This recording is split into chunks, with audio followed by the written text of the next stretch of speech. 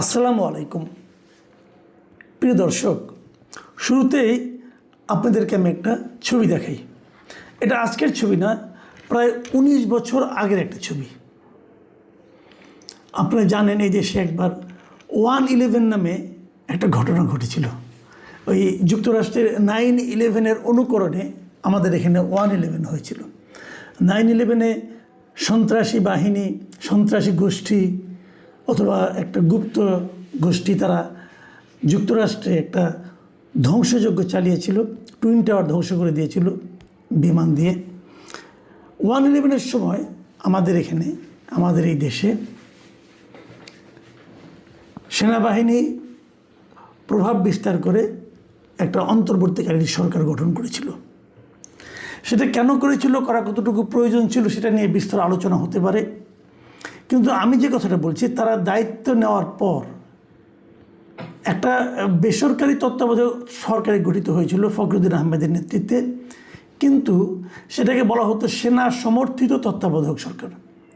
সেনা সমর্থিত এই কারণে যে সেনাবাহিনী তখন আসলে নানা বিষয়ে ওই সময়ে ভূমিকা রেখেছে এবং প্রভাব বিস্তার করেছে। 1/11-এর ওই সময়ে যে তত্ত্বাবধায়ক সরকার গঠিত হয়েছিল ফখরুদ্দিন আহমেদের নেতৃত্বে, সেখানে খুবই গুরুত্বপূর্ণ যে 3 জন সেনা কর্মকর্তার কথা উল্লেখ করা যায়। তাদের একজন ছিলেন ওই সময়ের সেনাপ্রধান লেফটেন্যান্ট জেনারেল মঈনুল আহমেদ, আরেকজন ছিলেন সাভারের যে 9 ডিভিশনের জিওসি, যিনি ছিলেন মেজর জেনারেল মাসুদউদ্দিন চৌধুরী, এবং আরেকজন ছিলেন ডিজিএফআইয়ের ভারপ্রাপ্ত ডিজি মিস্টার ফজলুল বারী।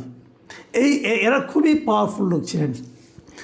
এই পাওয়ারফুল লোকগুলোর মধ্যে মাসুদউদ্দিন চৌধুরীর বিরুদ্ধে অভিযোগ ছিল যে ওই সময় উনি বিভিন্ন ব্যবসায়ীদের ধরে এনেছেন এবং রাজনীতিবিদদেরকে অ্যারেস্ট করেছেন, এবং বহুল আলোচিত যে -2 ফর্মুলা, সেটাও ওনার মাধ্যমে বাস্তবায়িত করার চেষ্টা করা হয়েছিল বলে বলা হয়ে থাকে।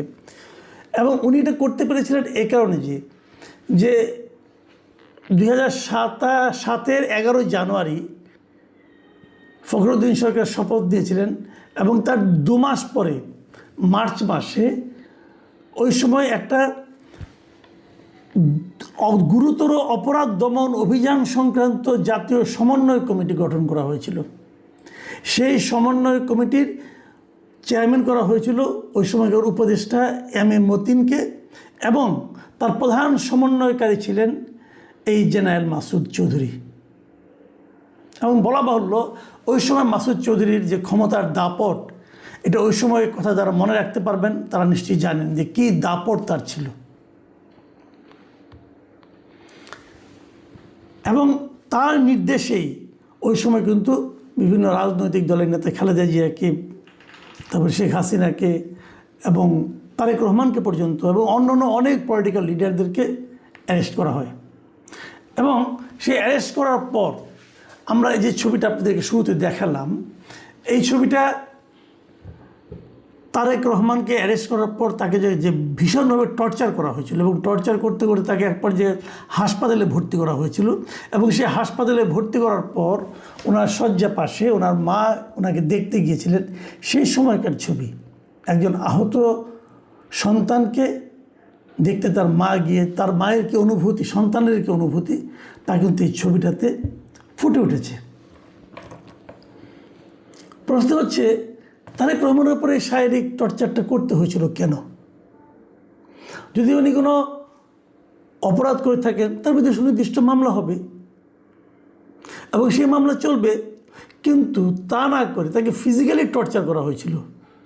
এবং তার যে সমস্ত বর্ণনা পাওয়া গেছে, সেগুলো ভয়ঙ্কর ভয়ঙ্কর সব বর্ণনা। এগুলো আমরা পরবর্তী সময় নানা মুখে শুনেছি নানাভাবে। এবং তারও চেয়ে বড় কথা, সেই তারেক রহমানই কিন্তু আজকে আমাদের দেশের প্রধানমন্ত্রী, সরকার প্রধান। উনি নিশ্চয়ই ওনার স্মরণে আছে যে ওনার উপর কী কী টর্চার করা হয়েছিল, এবং বলা হয়েছিল এই সকল টর্চারের মূলে ছিলেন এই জনাব মাসুদ চৌধুরী। কেন উনি এটা কেন করেছিলেন? উনি কিন্তু সম্পর্কে তারেক রহমানের আত্মীয় হন, একেবারে অনাত্মীয় না, ওনার আত্মীয় হতেন উনি। এবং আত্মীয় হলে ওটা কেন করেছেন? আজকে দেখলাম ওনাকে গ্রেপ্তার করা হয়েছে মানব পাচারের মামলায়। তো মানব পাচারের মামলায় গ্রেপ্তার করা হয়েছে। হওয়ার পর তার বিরুদ্ধে এরই মধ্যে ফেনীতে 6টি এবং ঢাকায় 5টি মামলার তথ্য পাওয়া গেছে এবং সেগুলির থেকে তাকে গত রাতে তার বাড়ি থেকে অ্যারেস্ট করা হয়েছে। এটা আমরা জেনেছি, আজকে অলরেডি প্রেস কনফারেন্সকে তারা জানিয়েছেন। এবং আমি দেখলাম যে পিপি যিনি ছিলেন এই মামলার, যিনি নাকি মাসুদ চৌধুরীর জামিনের বিরোধিতা করেছেন এবং 5 দিনের রিমান্ডের পক্ষে ওনার বক্তব্য দিয়েছেন, সেই পিপি মিস্টার ফারুকি তিনি কিন্তু বলেছেন যে এই মাসুদ চৌধুরী জিয়া পরিবারকে শেষ করে দিতে চেয়েছিল। আমি পিপির বক্তব্যটা একটা আপনাদের পড়ে শোনাই। তিনি বলেছেন যে মাসুদ চৌধুরী -2 ফর্মুলার নামে জিয়া পরিবারকে শেষ করে দিতে চেয়েছিল, কিন্তু ভাগ্যের কি পরিহাস, যাকে মানে তারেক জিয়াকে টর্চার করে হত্যা করতে চেয়েছিল তিনি এখন দেশের প্রধানমন্ত্রী।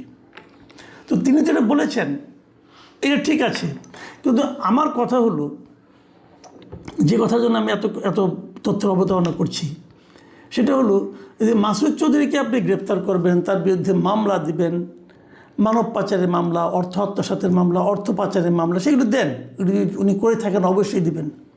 কিন্তু তার বিরুদ্ধে তো সবচেয়ে বড় মামলাটা হওয়া উচিত রাজনৈতিক নেতাদের হয়রানি করা, রাজনৈতিক নেতাদের গাইড জুড়ে গ্রেফতার করা, এবং সবচেয়ে বড় কথা হলো একজন মানে গুরুত্বপূর্ণ রাজনৈতিক নেতাকে শারীরিকভাবে প্রহার করে পঙ্গু করে দেওয়ার চেষ্টা করা, যে কাজটা উনি তারেক রহমানের বিরুদ্ধে করেছিলেন।